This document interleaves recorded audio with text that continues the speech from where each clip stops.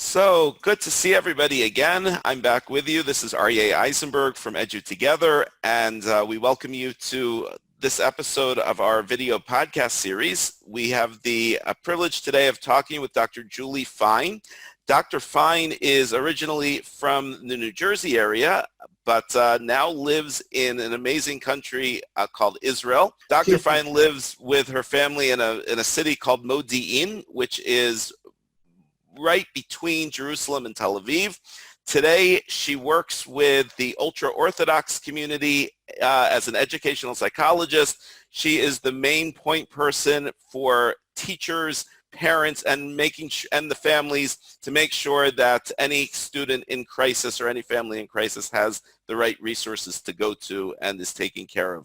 So not an easy task in today's climate especially. Dr. Fine, thank you so much for being with us today. We really appreciate you taking the time out of your schedule to speak with us. So it's interesting in today's climate, we've seen this switch to online learning, and a lot of the attention has really been on the technology, making sure that the students have bandwidth and internet and that the teachers know what they're doing. But from a mental health perspective, from the student side, because I know you work with a lot of students and you have children yourself, what do you see as the biggest challenge in this online transition or this journey to online learning? What do you see as the challenges from the home side as opposed to the side which we normally look at, which is the educational side? Okay, Aryeh, good question. Well, first of all, I think in general, attention with learning in general is how much parents need to be involved in their child's schooling. So now you have a situation. I've always felt that homework should be a review, that kids should be able to do homework independently. And if I have to relearn fourth grade science in order to help my child, something is going wrong. Also, it makes my job as a parent harder. I don't want to be a homeschool teacher. I want to be a mommy.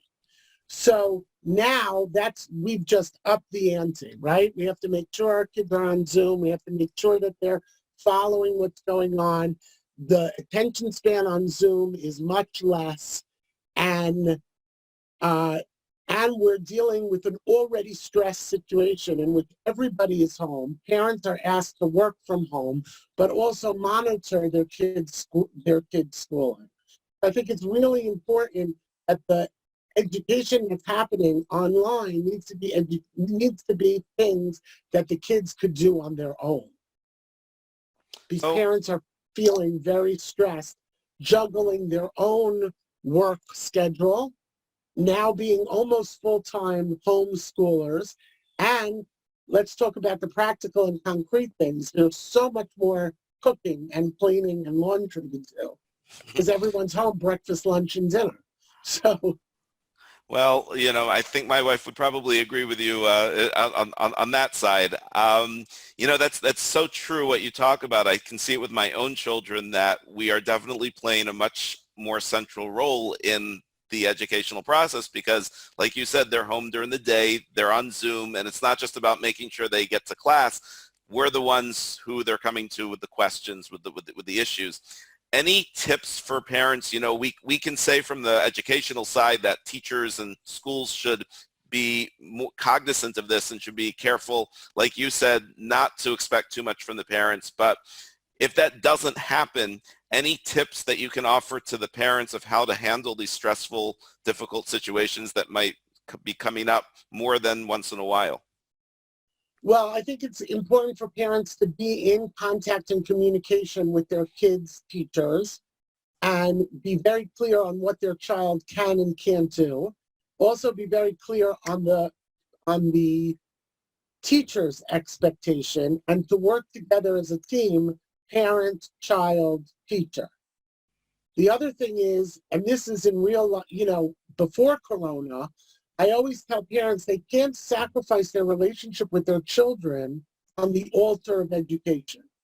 My relationship with my child is much more important than whether he mastered all the rocks that are found in a certain geological, topographical area. So at a certain point, at any level, these things become their choice, the kid's choice, as opposed to getting into a power struggle with them. Do you think, I know I've always heard this from spouses who work at home in the same, either for the same company or just sharing an office.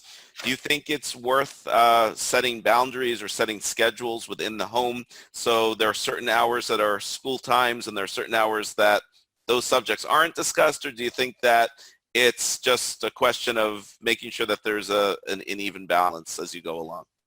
Yeah, I think it's a combination. It's an ebb and flow, meaning the child should always feel comfortable coming to a parent and saying, I didn't understand this, or this was difficult for me.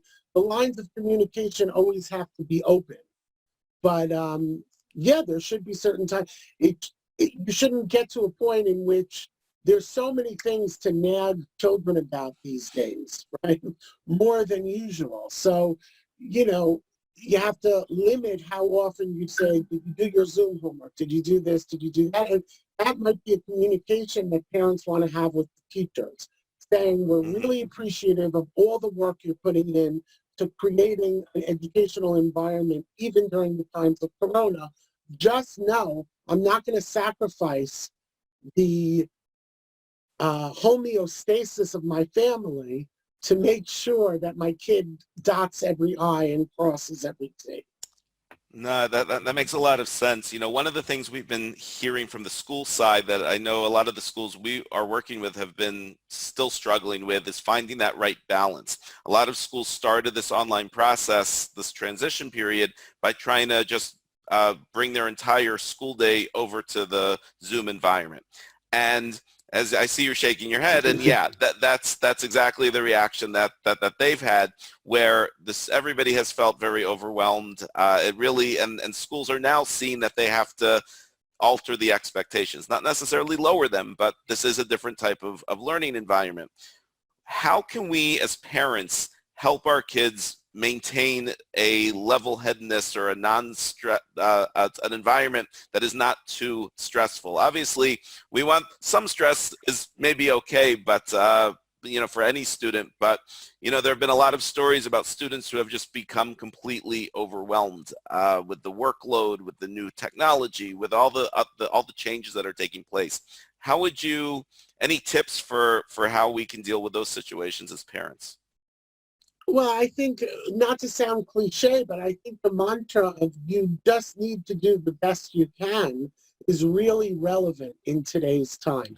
That's relevant for us as parents. It's relevant to our kids as being kids, and it's relevant for them as being students.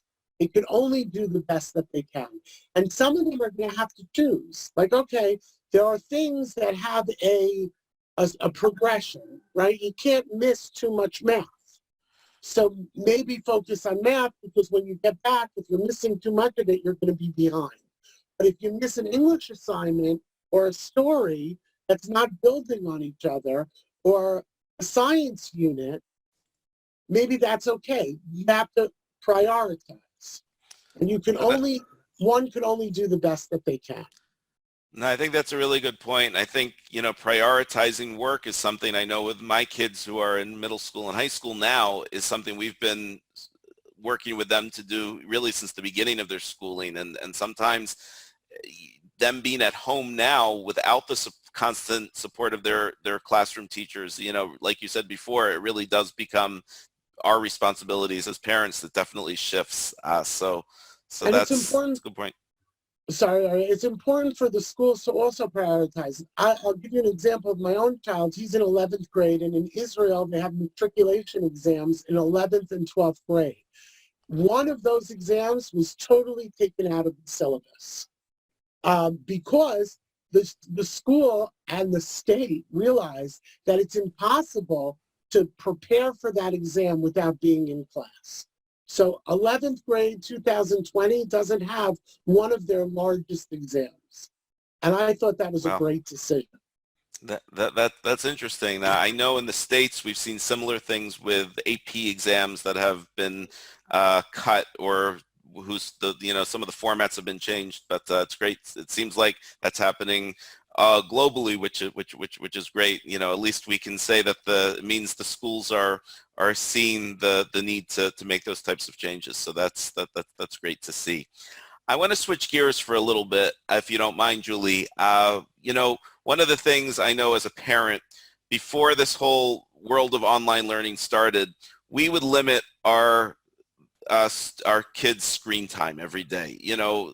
They have phones now. We were probably the last parents to give them cell phones, but eventually they need it. Maybe you were, I don't know, but we finally gave in. And the rule in our house had always been, a little bit every day is fine, but we didn't want our kids walking around like zombies, in front of screens all day. Now, all of a sudden, what's happened, we have our kids who are really, on some days, spending a majority of their waking hours looking at screens. And I'm always a little bit concerned about this. Obviously, I want them to go to their classes and want them to do well in their studies, but how do we make sure that our kids aren't being overexposed, to, we've heard the term, especially most recently, screen fatigue. How do we make sure that that doesn't become an issue for our kids? Well, that's a great question. And I think some of the learning needs to be done outside of the screen.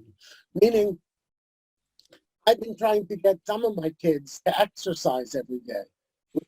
Going outside in the sun. I mean, I say to some of my kids, you're growing moss. I love it. So I think it would be great if the school would help us with that. Part of the requirement should be that they do an hour of exercise a day, not on the screen, and they have to report back, and it's an honor system. So they should be going out, even if now the restrictions in Israel have been lowered. We could go more than 100 meters and Yay. 500 meters. But even, they need to go out and jog or walk. For younger kids, there should be scavenger hunts where you need to report back. There should be, instead of it always being online, they should be given assignments that they could do offline and then report back. I know a lot of schools have been trying to work with with their teachers to alter assignment types, and I think some have been more successful than others, but you really make a great point that online learning doesn't necessarily have to be entirely frontal, live, visual online learning, that there are opportunities for asynchronous, as we call them, offline projects that can be done on their own time, which, as opposed to live in front of a screen. And I think, Julie, this brings me to my next question.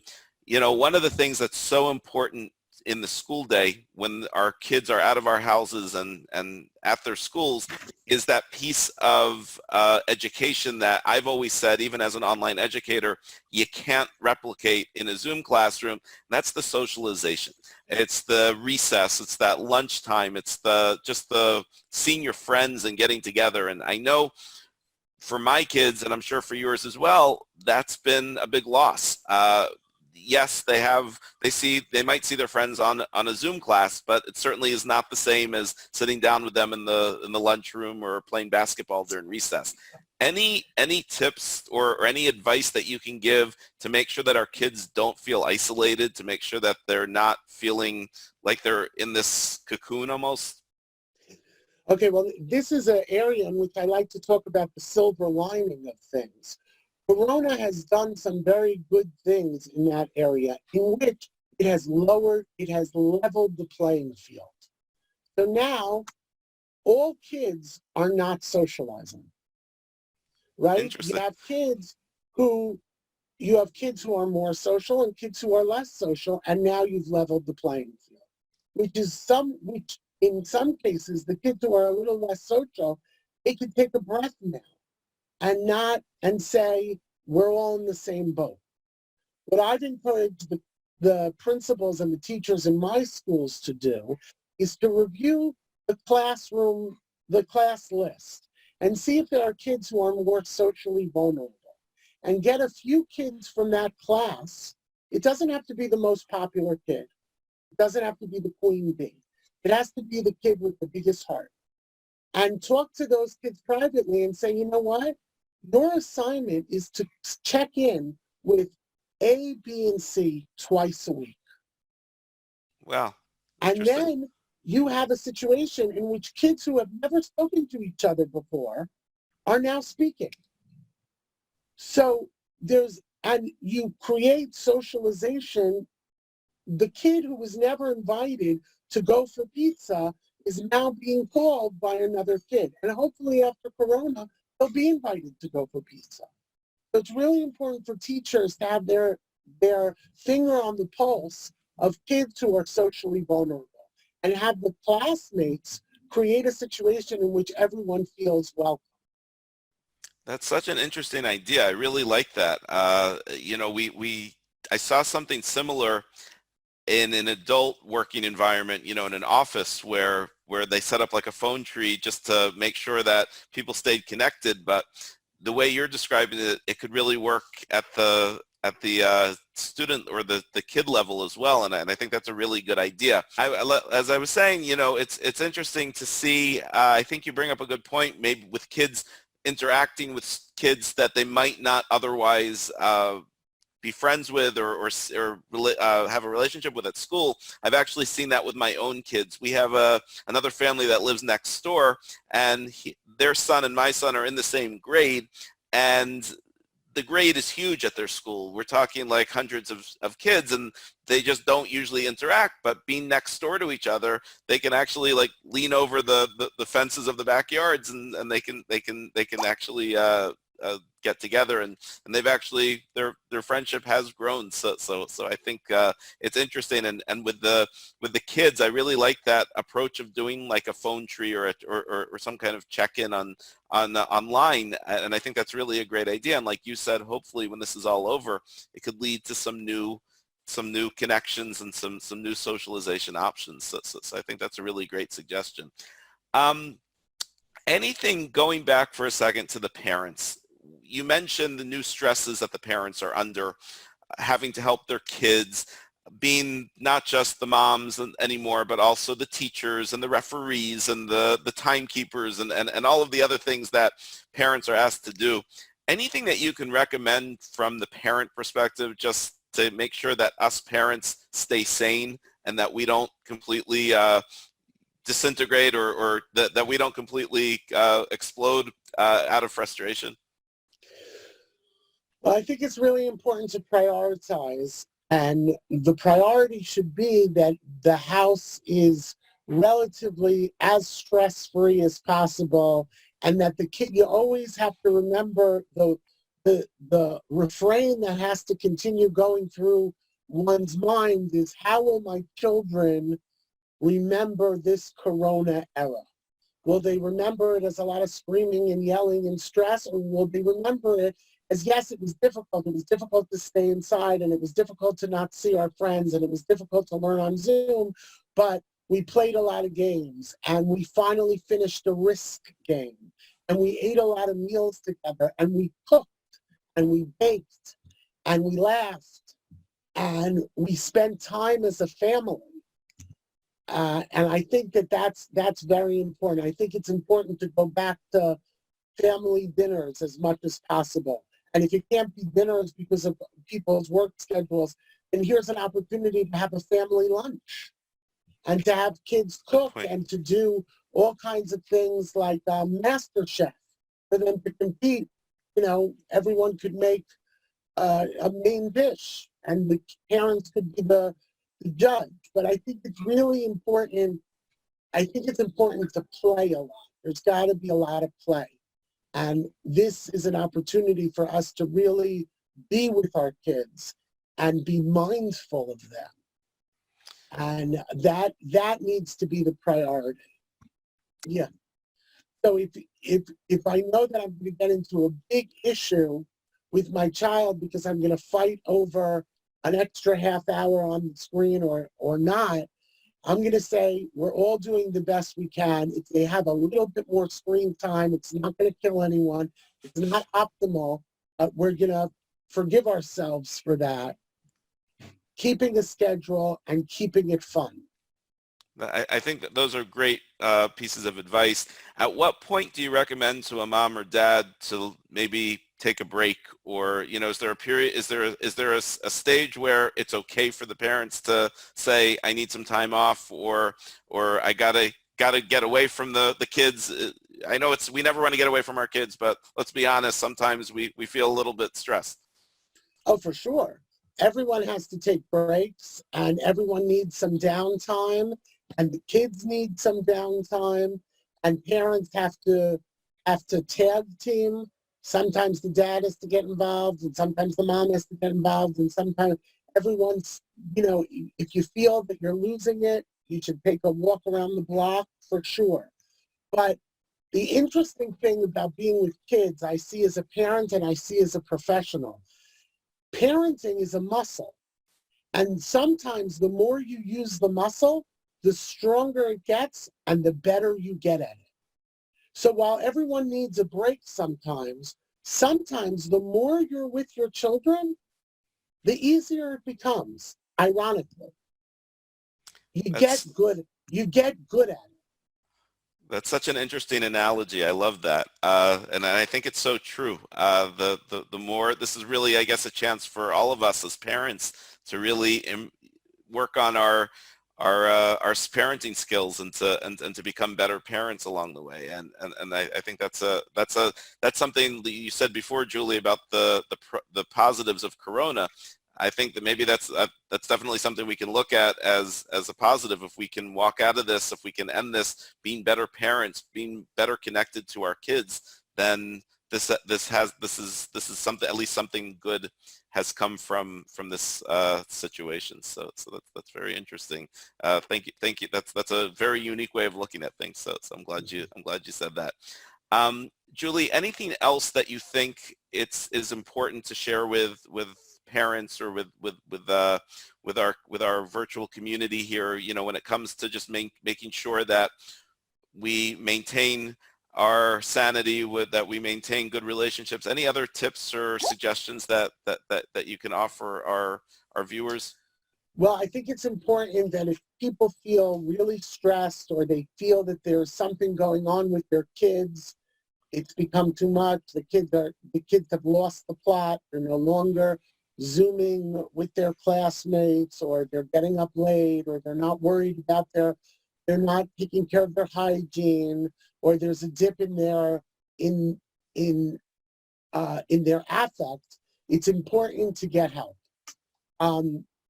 Having said that, kids are going to respond in different ways. And if your kid melts down one day and has a total fit, you don't have to rush to get professional help. That's okay. And if a parent melts down one day and has a total fit, they also need to forgive themselves for that. It's important. Good I just had advice.